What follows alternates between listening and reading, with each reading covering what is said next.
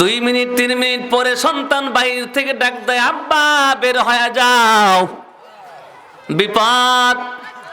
বাবাই বলে, তোরে শিখাইলাম কি আর করলি কি? বাবা এক দৌড় দিয়া একেবারে চলে গেছে পূর্ব পরিকল্পিত ব্রিজের নিচে গিয়া দাঁড়াইয়া আল্লাহর কাছে দোয়া করে, আল্লাহ গভীর রাত্রে দোয়া করি, আমার সন্তান তো চোর না, আজকে প্রথম ওরা নিয়ে আসছি, সন্তান যদি আজকে ধরা পড়িয়া যায় ওর লাইফটা পরিবর্তন হয়ে যাবে, লাইফটা নষ্ট হয়ে যাবে, আমার সন্তানটারে বাঁচায়া দাও, চুরি করব না। জোরে কোন সুবহানাল্লাহ। আল্লাহ পাক বলেন, ও বান্দা, তোমরা যদি কামিয়াব হইতে চাও, কবর থেকে শুরু করিয়া মিজানের পাল্লা, ফুলসিরাতের ঘাট, হাউজে কাউসার, সব জায়গায় যদি কামিয়াবি হইতে চাও, উত্তীর্ণ হইতে চাও, আমি আল্লাহ বলে দিলাম মাত্র 2টা তোমাদের দিক নির্দেশনা দিলাম। 1 নাম্বার, কিছু কিছু কাজ ছাড়িয়ে দিবা। 2 নাম্বার, কিছু কিছু কাজ করবা। তার মানে কিছু ছাড়ো আর কিছু ধরো। পুরা কোরআন কারীম রিসার্চ করলে দেখা যায়, বুখারী মুসলিম সিয়াসিত্তার কিতাব রিসার্চ করলে দেখা যায়, গবেষণা করলে দেখা যায়, ইতিহাসের কিতাব পড়লে দেখা যায়, ফিকহ শাস্ত্রের কিতাব স্টাডি করলে দেখা যায়, ইসলামের মূল কথা 2টা। 1 নাম্বার ছাড়ো, 2 নাম্বার ধরো। যেইগুলা খারাপ কাজ, আল্লাহ নারাজ হয়, নবী নারাজ হয়। ইসলাম যেগুলো নিষেধ করেছে সেইগুলোকে ছাড়িয়ে দাও, ইসলাম যেগুলোকে সমর্থন করে সেগুলোকে ধরো, আমল করো। তাহলে কিছু কিছু কাজ ছাড়ো, কিছু কিছু কাজ ধরো। ছাড়া আর ধরার মধ্যেই ইমানদারের কামিয়াব। ঠিক না বেঠি? কি সারবা মুমিন, কি সারিয়া দিবা? আল্লাহ পাক বলেন, ইয়া আইয়ুহাল্লাযীনা, ও ঈমানওয়ালারা, ইত্তাকুল্লাহ, আল্লাহকে ভয় করো। আল্লাহকে ভয় করার নাম কি, ব্যাখ্যা কি? তাকওয়া শব্দের আবিধানিক অর্থ হলো আল ইমসাক, দূরে থাকা। এই মুমিন ঈমানদার, তাকওয়ার পারিভাষিক অর্থ হলো আত-তাকওয়া হিয়া কুওয়াতুন ইয়াজতানিবু বিহা আনিল মাআসি। তাকওয়া এমন একটা পাওয়ারকে বলা হয়, এমন একটা গুণকে বলা হয়, যেই গুণ বা যেই পাওয়ার ঈমানদার অন্তরের মধ্যে বসায়া দিলে সকল গুনার কাছ থেকে দূরে থাকা যায়, তার নাম হলো তাকওয়া। জোরে কোন সুবহানাল্লাহ। এমন এক গুণ, যেই গুণটা অর্জন করলে ঈমানদার সকল গুনার থেকে নিজেকে বাঁচাইতে পারে, তাকে বলা হয় তাকওয়া। আল্লাহকে ভয় করিয়া সকল কাজ, গুনার কাজ থেকে, অপরাধের কাজ থেকে, অশ্লীল কাজ থেকে নিজেকে বাঁচানোর নাম হলো তাকওয়া। তাকওয়ার বাস্তব উদাহরণ আমি আপনাদের এভাবে দেই। এক চোরে চুরি করছে, 60 বছর ধরা পড়ে নাই। আমাদের দেশে চোর আছে না নাই? আসেনি? আমাদের দেশে এক প্রকারের চোর ছিল, ডাব চুরি করত। পেঁপে গাছের পেঁপে রাখতো না, ডাব গাছের ডাব রাখতো না, কাঁঠাল গাছের কাঁঠাল রাখতো না। মোটামুটি 16 বছর 20 বছরে 2000 সালের পর থেকে এই কাঁঠাল চোর, আম চোর, ডাব চোর, চোর আর নাই। ঠিক কিনা? এই ছেঁচড়া চোর আর নাই। ডাব চোর মোটামুটি আসেনি, 2-1টা 5 গাছের খবর তো আমি জানি না। এরে মুমিন ঈমানদার, জুতা চুরি করতো। মসজিদে ঢোকার পর চোর মুসল্লি সাইজা মসজিদে যায়, ফরজ নামাজ আদায় করার সময় জামাতের সাথে যখন তাকবীর দিয়া ইমাম সাহেব শুরু করে, মাঝপথে গেলে চোর বেটায় নামাজ ছেড়ে জুতা চুরি করে নিয়ে যাইতো। এমন চোরেরও অভাব এখন দেখা যায়। ছেঁচড়া মেচড়া চোর আর নাই। এখন যে চোরগুলো আছে, চেয়ার টেবিলে বইসা এক কলমের ফাঁকে কমপক্ষে 80 মণ গম চুরি করে। কথা ঠিক না বেঠি? এরকম শিক্ষিত চোর আছে, কিন্তু অশিক্ষিত চোর আর নাই। আর কিছু চোর আছে নামাজ চোর। কি চোর? নামাজ চোর। নামাজের মধ্যে রুকু করে, সাজদা করে, সুন্নাত তরিকাই না। মুরুখ যেমন ঠোকর দিয়া খাবার খায়, এরাও ঠোকর দিয়ে সাজদা করে। নামাজ চোর। আর এক রকমের চোর আছে আমাদের বাংলাদেশে, ভোট চোর। কথা কয় না কেন? মেম্বারি ভোট দিতে গেছি, কয় হুজুর আপনার ভোট হয়ে গেছে, এরকম মনে হয় আপনাদের তালে পড়ে নাই নাকি? তা আমার ভোট দিল কে? ও ও তো চোর, কথা কন না কেন? আর একজনের ভোট চুরি করে দিছে, তাও একটা না 20 জনের তা দেয় 50। ওদের উপর আবার নাম্বার হয়, তুই কয়টা মারছস? 100টা মারছি, সেঞ্চুরি করছে। আরে মুমিন আল্লাহর গোলাম, চোর বেটাই চুরি করছে 7 বছর, ধরা পড়ে নাই। পাটনার বন্ধু চোর, ওই ব্যক্তিটা জ্বরে আক্রান্ত। চোর বেটা এই বেটাকে ডাক দেয়, বলে ছেলেকে ডাক দেয়, বলে এই বেটা শোনো, আজকে চুরি করতে যাব, আমার সাথে যাইতে হবে। ছেলেটা ডাক দেয়, বলে বাবা চুরি করা তো বড় অন্যায়, বড় অপরাধ। বাবাই ডাক দেয়, বলে তুমি চুরি করবা না, আমার সাথে তুমি সঙ্গ দিবা। চুরি করা যত গুনাহ আমার হবে, অপরাধ আমার হবে। আমার সাথে যে পার্টনার, তার আজকে অসুস্থতা, জ্বরের কারণে আসতে পারে নাই। বাবার অনুরোধে, বাবার আদেশে সন্তান বাবার সাথে গেছে, কিন্তু চুক্তি হলো চুরি করবে বাবা, পাহারা দিবে সন্তান। পাহারা দিবে কে? সন্তান। কোন বাসায় চুরি করবে ঠিক করার পরে টার্নিং পয়েন্টে দাঁড় করায় বলে, সন্তান এই বাসায় চুরি করতে ঢুকবো, তুমি এইখানে দাঁড়াইয়া দাঁড়াইয়া শুধু দেখবা, পাহারা দিবা বাড়িওয়ালা উঠলো কিনা, প্রতিবেশী উঠলো কিনা, রাস্তা দিয়ে কোনো চৌকিদার যায় কিনা, কোনো পতিকে আমাদের দেখে ফেলে কিনা। তুমি শুধু দেখবা, পাহারাদারি করবা, ভেতরে ঢোকার দায়িত্ব আমার। তবে যদি তুমি টের পাও বাড়িওয়ালা জাগিয়ে যায় অথবা কোনো ব্যক্তি দেখে ফেলে, তাহলে আমাকে তুমি হিকমতের মাধ্যমে ওয়ার্নিং দিবা। কেমনে ওয়ার্নিং দেব? ডাক দিব কিনা? বেটাই ডাক দেখে, আব্বা ডাক দিব কিনা? কয় না, ডাক দিলে আওয়াজ চিনবে। কি করবা? কয় গলার আওয়াজ দিও। কি বোঝেন নাই? কয় বিপদ যদি নরমাল হয়, সিগন্যালটা নরমাল হবে, বিপদ যদি সিরিয়াস হয়, সিগন্যালটা সিরিয়াস হবে। সন্তান বলে সিরিয়াস আর নরমাল তো বুঝলাম না। কয় ইস্তেমার ময়দান, টুঙ্গিতে যাইবা, কওমি মাদ্রাসায় যাইবা, হজ করতে যাইবা। সকালবেলা টয়লেটের সামনে 15 জন দাঁড়ায় গেছে, সবার সামনে যে ব্যক্তিটা আছে বদনা নিয়ে খাড়া আছে। এই লোকটা বাইরে থেকে বলে, এই লোকটা কি কয়, মানে নেতা যদি বেশি হয়, বোঝেন নাই, নেতা বেশি হলে সেই দেশের অবস্থা ওরকমই হয়। এই আশপাশে মনে হয় এলাকা, এই ছোট নেতা, বড় নেতা, বাপও নেতা, ছেলেও নেতা, পিচ্ছি পিচ্ছি বাচ্চাদের আওয়াজ কি? ভলান্টিয়াররা কি করে? মেয়েদের আওয়াজ পাওয়া যায়, বাচ্চাদেরও পাওয়া যায়। কি বলতেছিলাম? বলে আস্তে দিবা নাই জোরে দিবা। তো ছেলে বোঝে না, বাপ বুঝায় দেয়, টঙ্গি যাস নাই কোনোদিন। সামনে যে আছে সে বলে, এটার একটা অনুবাদ আছে। এটার অনুবাদ হলো, ভিতরে যে আছেন একটু দ্রুত করেন, ভিতরে যে আছে সেও ওই আওয়াজে, ও বলতেছে ভাই একটু অপেক্ষা করেন। কিছুক্ষণ পরে বাইরে যে আছে একটু জোরে দেয়, আগের সাইডে জোরে, তার মানে একটু তাড়াতাড়ি বাড়ান। ভিতরে যে আছে ও আগের টান জোরে দেয়, এই আর একটু। 5 মিনিট পরে বাইরে যে আছে ওর হচ্ছে হলো আমাশা, পেটে দিছে মোচর, পেট ধরে কায়তে, তার মানে তখন অর্থ হলো ওই ব্যাকল, এই 7 মিনিট হলে দাঁড়ায় আছে, এখনো বাড়াস না। ভেতরে যে আছে ওর হচ্ছে কোষ্ঠ কাটানো ক্লিয়ার হয় না, খালি কোতে, ও আরো জোরে আরো কিছুক্ষণ লাগবে।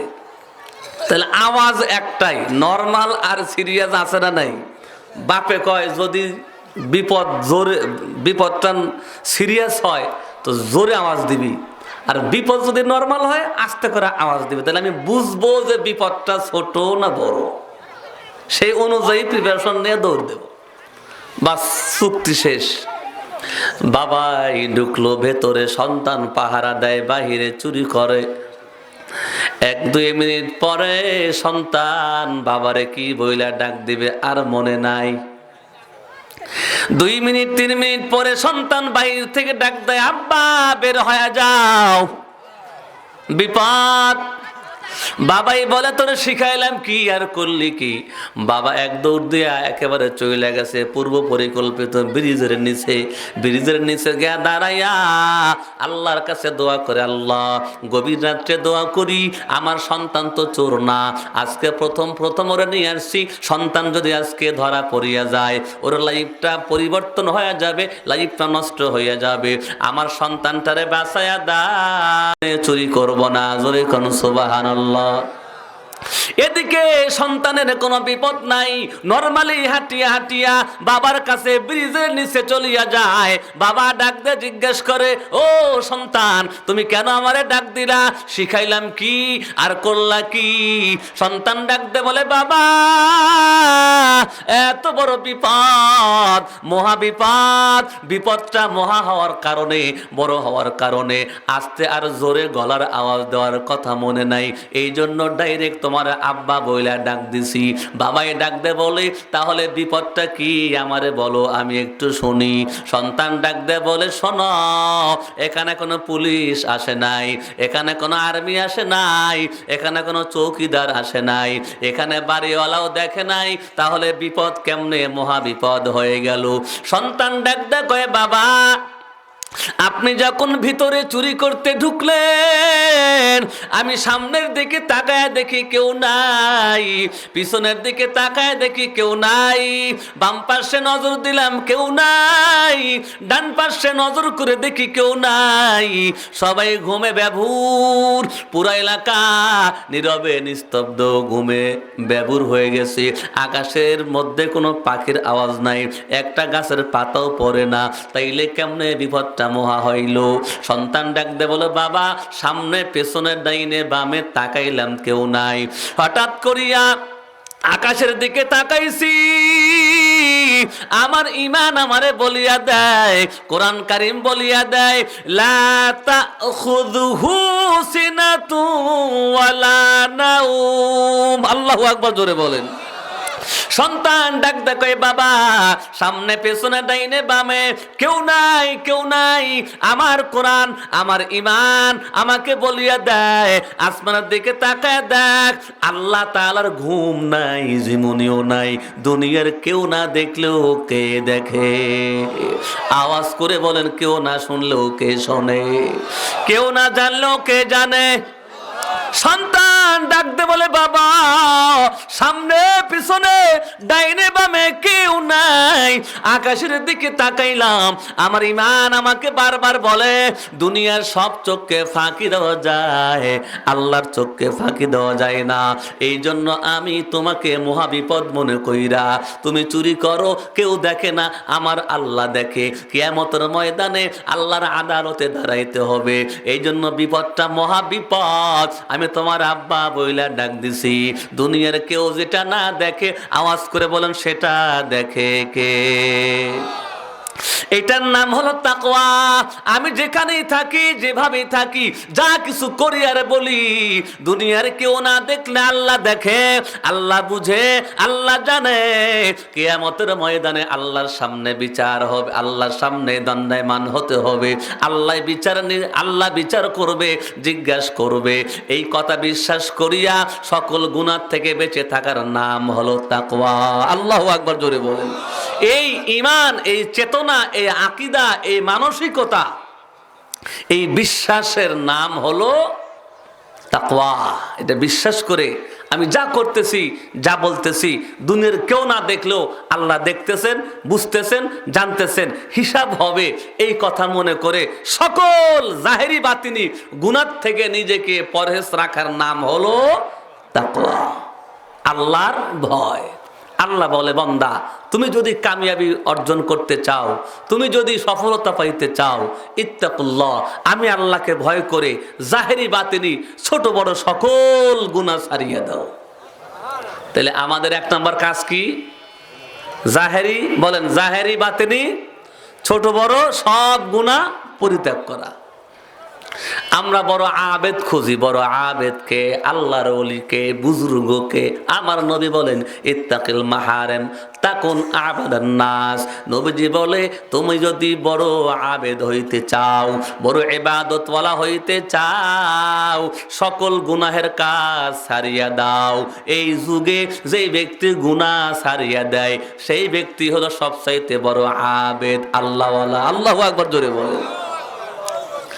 ভাইয়েরা আমার, আমি দুইটা ভাইয়ের ওয়াজ করব। সাহাবীর নাম আব্দুল্লাহ ইবনে আব্বাস, আর একজনের নাম হলো ফজল ইবনে আব্বাস। মানে আব্বাসের দুই পুত্র, একজনের নাম হলো আব্দুল্লাহ আর একজনের নাম হলো ফজল। এই আরবিতে বলা হয় আব্দুল্লাহ ইবনে আব্বাস, অর্থ হলো আব্বাসের ছেলে আব্দুল্লাহ। ফজল ইবনে আব্বাস অর্থ হলো আব্বাসের ছেলে ফজল। তাহলে আব্বাসের দুইটা ছেলে, একজনের নাম ফজল, একজনের নাম আব্দুল্লাহ। আমি এই দুই ভাইয়ের দুইটা ওয়াকে আপনাদের বলে শেষ করে দেব। আব্দুল্লাহ ইবনে আব্বাস রাদিয়াল্লাহু তাআলা আনহু বয়স যখন 8 বছর আমার নবীর খাদেম নিযুক্ত হইলেন। জোরে কোন সুবহানাল্লাহ। নবীর ওযুর পানি আগায়া দেয়, আল্লাহর নবীর আশেপাশেই থাকে, ছোটখাটো আমরগুলো আদায় করে, আল্লাহর নবীর আদেশগুলো পালন করে, খেদমত করে। আব্দুল্লাহ ইবনে আব্বাস নবীজির 10 বছর খেদমত করলেন। জোরে কোন কয় বছর? নবীজির যেই দিন ইন্তেকাল হয়, আব্দুল্লাহ ইবনে আব্বাসের বয়স সেই দিন 18 বছর বয়স। সেই দিন আমার নবী ইন্তেকাল করলেন, আব্দুল্লাহ ইবনে আব্বাসের বয়স তখন 18। ঠিক কিনা? আমাদের দেশের অনুযায়ী তার বিয়ের বয়সই হয় নাই, ঠিক না?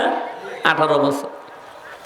কিন্তু আল্লাহর নবী সাল্লাল্লাহু আলাইহি ওয়া আলিহি ওয়াসাল্লাম একদিন দোয়া করলেন, মালিক আমার খাদেম আব্দুল্লাহ ইবনে আব্বাস, আমার খাদেম এত সুন্দর একাগ্রতা চিত্রে আমার খেদমত করে, আল্লাহ গো তুমি আমার এই আব্দুল্লাহ ইবনে আব্বাসকে কোরআন কারীমের বলো আলেম বানায় দাও।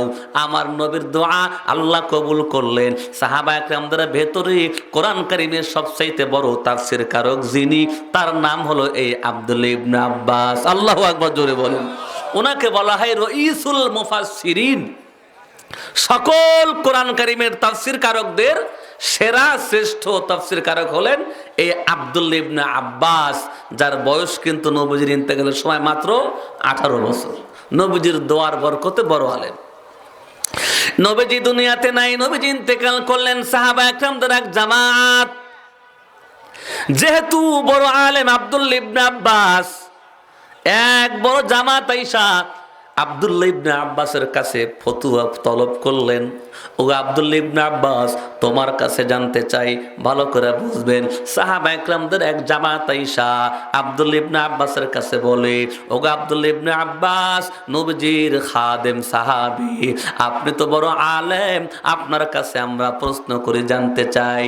ও আব্দুল্লাহ ইবনে আব্বাস, আপনি বলিয়ে দেন, আল্লাহর এক বান্দা ফরজ নামাজ আদায় করে, ওয়াজিব আদায় করে, সুন্নাত আদায় করে, নফল নামাজ পড়ে, তাহাজ্জুদ নামাজ পড়ে, আওয়াবিন নামাজ পড়ে, চাশতের নামাজ পড়ে, ইশরাক নামাজ পড়ে, তওবার নামাজ পড়ে, সব নামাজ পড়ে, তাসবিহাতের মধ্যে টেবে, চোখের মধ্যে সুরমা দেয়, পাগড়ি লাগায়া দেয়, লম্বা জুব্বা জামা পড়ে। তার মানে ফরজ, ওয়াজিব, সুন্নত, নফল সব আমল করে, কিন্তু আল্লাহর বান্দা আবার গুনাহও করে। এমন বান্দা আছে না নাই? হজও করে, টিভিও দেখে, ঈশার নামাজ পড়িয়া ঘরে আসার পরিবর্তে টিভির পর্দায় দাঁড়ায় থাকে, আছে না নাই? তার লাভ হলো কি? ঈশার নামাজও পড়লো, আবার টিভিও দেখলো। এমন বান্দা এই যুগেও আছে না নাই? হজ করছে একবার, আবার ওমরায় যাবে, কিন্তু ছেলে আর মেয়ের বন্টনটা বৈষম্য করছে। কি? হজ যাইবার আগে ছেলের নামে সব জমি লিখে দিছে। এমন হাজি আছে না নাই?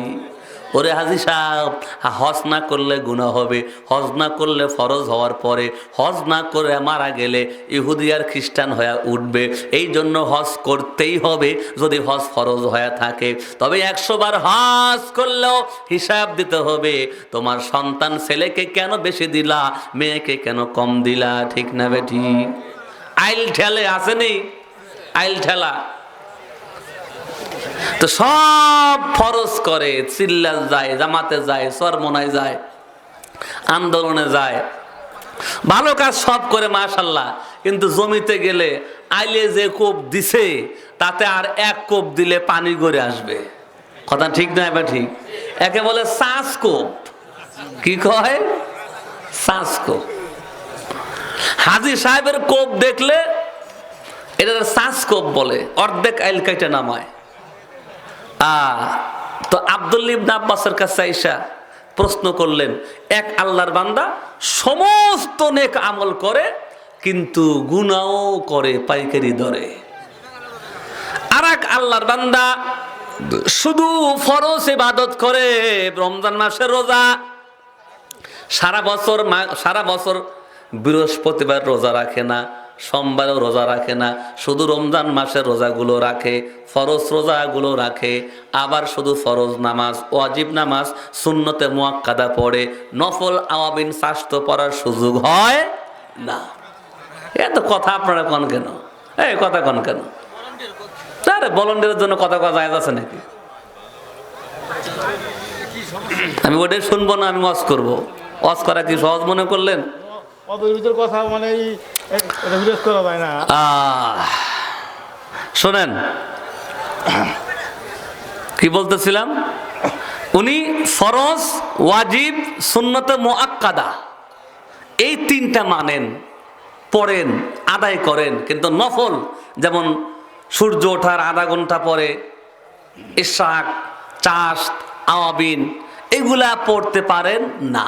কিন্তু ইনি আবার মাশাআল্লাহ ভুলেও কারো আইল কাটে না, দুধে পানি দেয় না, মিথ্যা কয় না, তার মানে গুনাহ করে না। জোরে কোন সুবহানাল্লাহ। টিভির পর্দায় দাঁড়ায় না, ওনার বাড়িতে বিয়ে হয়, গায়ে হলুদ দেওয়া হয় না। সুবহানাল্লাহ কইবেন না? এমন পরিবার তো এখনো আছে। যত গরিব, যত সাধারণ, গুনাহ কম। যত আলট্রা মডার্ন, যত শহরমুখী, তত তার বাড়িতে গুনাহ বেশি। ঠিক না বেঠিক? আব্দুল্লাহ ইবনে আব্বাসের কাছে যে প্রশ্নটা করেছেন, ওই প্রেক্ষাপট আমাদের সমাজে বর্তমান আছে না নাই?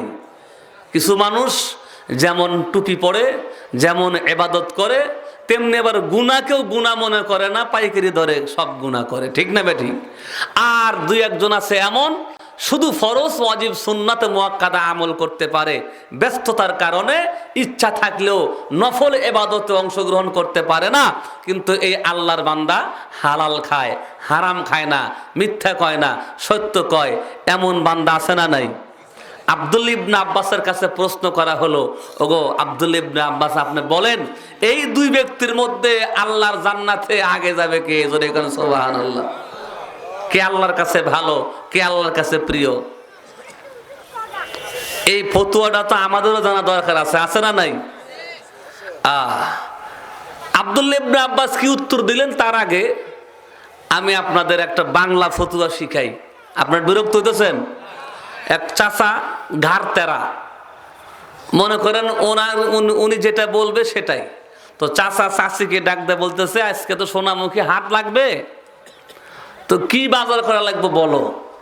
তো চাচি একটা লিস্টি ধরায় দিছে আর একটা ব্যাগ দিছে। তো কিছু দূর যাওয়ার পরে চাচি পিছন থেকে ডাক দিছে, আব্দুল্লাহর বাপ দাঁড়াও। হাতের মধ্যে 4টা বোতল। তো কয় শোনো, তেল যে নাই। কয় কিসের তেল নাই? কয় কোনো তেলই নাই। সোয়াবিন, সরিষা, নারিকেল, কেরাসিন 4 রকমের তেল আনবা। তো এই জন্য 4টা বোতল দিছে, হাফ লিটারের 4টা পানির বোতল, মাম। তো কয় কোন কোন তেল আনবো? বলে 4 রকমের। কতটুকু করে? কয় 1 পোয়া করে আনলেই হবে। তো কয় তাহলে 4 পোয়া সমান সমান কয় সের? কথা কয় না, কয় সের? চাচা কয় তো 4 পোয়া সমান 1 সের। তো বোতল তুমি 4টা দিছো কে? 1 সেরে একটা বোতল দেও। 1 বোতলে কি 1 সের তেল আনবে? তো চাচি কয় তুমি এমন কথা কও কেন? কয় কেন, বাংলাদেশ ডিজিটাল, তা আমিও ডিজিটাল ভাবে তেল আনবো। ডিজিটাল মানে? কয় দেখো ঢাকার থেকে টাকা পাঠায়, 5গাছি থেকে টাকা তুলতে পারি বিকাশে, এটা ডিজিটাল না? আগে ছবি তুলতে লাগতো আধা ঘন্টা, এখন লাগে মাত্র 3 মিনিট। আগে নাম ছিল সাগরিকা স্টুডিও, এখন দিয়েছে ডিজিটাল স্টুডিও। মানে ডিজিটাল মানে শর্টকাট, ডিজিটাল মানে অল্প টাইম। ঠিক কিনা? তো এক জায়গায় দোয়া করতেছি আপনাদের কাশিহারা, তো নেতা 1200 মানুষের খাবার, পিটুলির খাবার। তো মোনাজাতের সময় একজন এসে কানে কানে কয়, হুজুর দোয়াটা একটু ডিজিটাল করেন। তা আমি আবার কানে কানে কইলাম, ভাই আমি তো বুঝতেছি না ডিজিটাল দোয়া। তো কয় তার মানে একটু দোয়াটা শর্টে মারেন, মানে শর্টে আর খাটো করলে ডিজিটাল। এই জন্য দেখবেন আগের বোরকা ছিল ঢিলা ঢালা, এই বোরকাটা ডিজিটাল করে চাপা করছে। কথা ঠিক না ভাই? ঠিক। আগের মা বোনদের ওড়না ছিল বিশাল বড়, এখনকার মা বোনের ওড়না তো দূরের কথা, শীতের চাদরও হলো দেড়াত। ঠিক না ভাই? ঠিক। শীতের চাদর মানে ডিজিটাল চাদর। আল্লাহ, এই চাচা কয় সবাই ডিজিটাল হয়েছে, তা আমিও ডিজিটাল হব। ওই 4 বোতল রাখ, একটা বোতল দে 1 সেরে।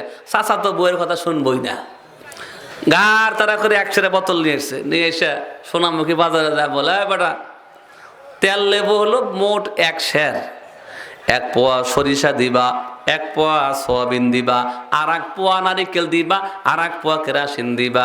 দোকানদার ডাক দেয়, কয় চাচা বোতল কয়টা? কয় বোতল একটা। দোকানদার মনে করছে চাচা হাসি ঠাট্টা করে, কয় হাসি ঠাট্টা করি না, প্রথমে 1 পোয়া ভালো খাঁটি সরিষার তেল দাও। 1 পোয়া সরিষার তেল দেওয়ার পর দোকানদার আর দেয় না। চাচায় ডাক দেয়, কয় আগেই তো ক্লিয়ার করছে বোতল একটা। দোকানদার মনে মনে চিন্তা করলো, চাচা মনে হয় সোয়াবিন আর সরিষা মিক্সার করে খায় নাকি, বলেন এটা সম্ভব? তো আর 1 পোয়া দিছে। চাচাই ডাক দে বলে, দেরি করেন কেন, আর 1 পোয়া নারিকেল মারেন। দোকানদারে কিছুক্ষণ চিন্তা করে পাইলো চাচা হয়তো খাবে না সোয়াবিন সরিষা আর নারিকেল তেল এক জায়গায় লইয়া, হয়তো চাচা কবিরাজ টবিরাজি করবো নাকি, মনে খাইবো না, কবিরাজি টবিরাজি করবো। তো ওইটাও দিছে। এখন কয় বেটা টাকায় থাকস কান, আর 1 পোয়া কেরাসিন দে। দোকানদার কয় চাচা এটা তো করণ যাব না। কয় বেটা টাকা দেবো আমি, কাজ করবি তুই, ওর মধ্যে কেরাসিন মার। তো দোকানদার কিছু না বুঝা ওর মধ্যে আর 1 পোয়া কেরাসিন দিছে। এবার বলেন আগের 3 পোয়া তেল আর কি ভালো আছে? আর কি ভালো আছে? এই 3 পোয়া তেলকে নষ্ট করলো কোন পোয়া? সেটার নাম কি? কেন? কেরাসিন খারাপ। কতক্ষণ ঠিক না ঠিক? কেরাসিন খারাপ, যার কারণে 1 পোয়া হয়ে 3 পোয়াকে নষ্ট করলো। কারণ হলো সে নাপাক এবং খারাপ। আমাদের দেশে, আমাদের সমাজে একেবারে পার্লামেন্ট থেকে শুরু করে ইউনিয়ন পরিষদ পর্যন্ত, আমার বাড়ি পর্যন্ত, মসজিদ মাদ্রাসার কমিটি পর্যন্ত, এদের মধ্যে 10 জন যদি ভালো হয়, 1 জন থাকে কেরাসিন মার্কা খারাপ, ওর কারণেই পুরো মসজিদ নষ্ট। কতক্ষণ ঠিক না বে ঠিক? এমন কেরাসিন আছে তো সব এলাকাতে আছে। 1 পোয়া কেরাসিন যদি 3 পোয়া ভালো তেলকে নষ্ট করতে পারে, কারণ হলো 1 বোতলে 4 রকমের তেল উঠাইলে একটা খারাপ তেল 3টা ভালো তেলকে যেমন নষ্ট করে দেয়, এক আমলনামা, আমার আপনার আমলনামা থাকবে একটা। ওই আমলনামার মধ্যে নামাজও আছে, ওই আমলনামায় হজও আছে, ওই আমলনামায় তসবিহও আছে, ওই আমলনামায় কোরআন তেলাওয়াতও আছে। ওই আমলনামায় যদি 1 টাকা সুদের থাকে, 1 টাকা সুদ খাওয়ার কারণে আমার নামাজ রোজা সব বরবাদ হয়ে যাবে। ঠিক না বেঠি? এটা যদি আমরা বুঝি, 1 আমলনামায় নেকিও আছে, ওই আমলনামায় বোনের হক মাইরা দিছেন, ওই গুনাহও আছে। ওই আমলনামায় হারাম টাকা আছে, ওই আমলনামায় সুদের টাকা আছে, ওই আমলনামায় আমার জেনা আছে।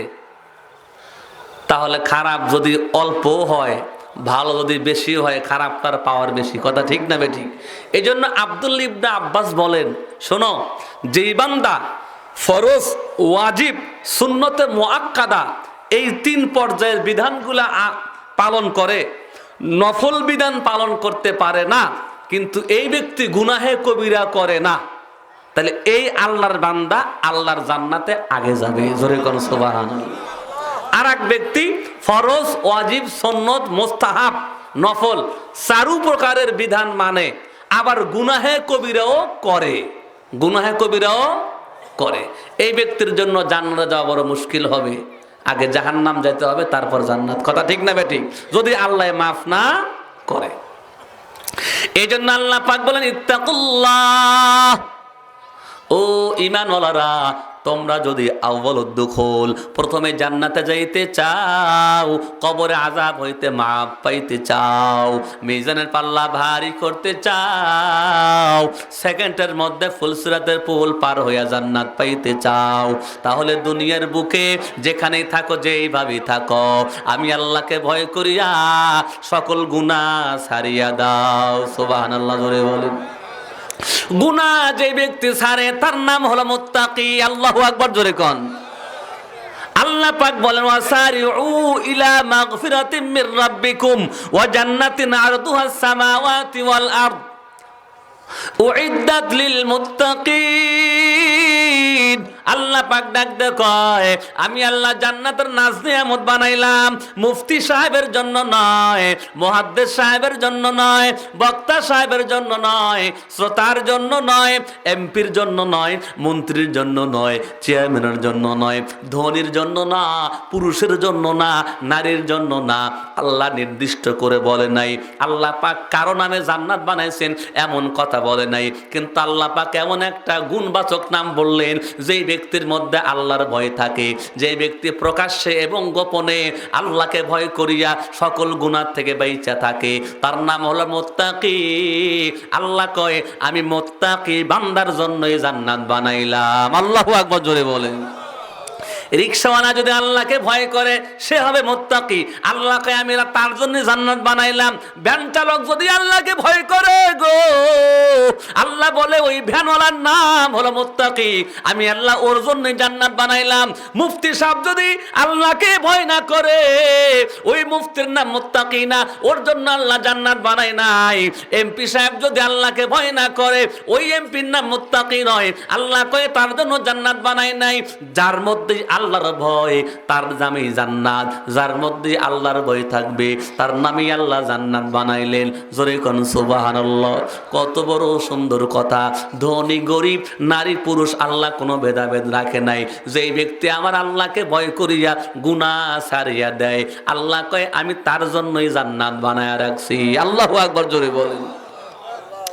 তাহলে গুনাহ ছাড়া, গুনাহ ছেড়ে দেওয়া, এটা একটা বড় মুজাহাদা, বড় সংগ্রাম, বড় যুদ্ধ।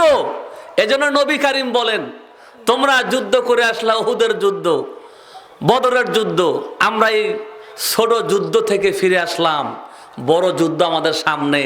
মনের সাথে মুজাহাদা করে আল্লাহর আইন মানা। জোরে কোন সুবহানাল্লাহ। এই নফসের সাথে যুদ্ধ করাকে রাসূল করিম জিহাদে আকবার বলেছেন। ভাইরা আমার, এবার আসেন, আজান হয়ে গেল। আজান হওয়ার পরে মসজিদে যেই ব্যক্তিটা গেল, এর মধ্যে আল্লাহর ভয় আছে না নাই? জোরে কোন। সোনামুখীর মেলা চলতেছে, তাস খেলতেছে 10 জন মিলা, আজান হয়ে গেছে সকাল থেকে রাত পর্যন্ত 5টা। আল্লাহর বান্দা খালি মুতপো মোতার টাইম ছাড়া ওঠে নাই, এর মধ্যে কি আল্লাহর ভয় আছে? হ্যাঁ, ফজরের নামাজের আজান হয়।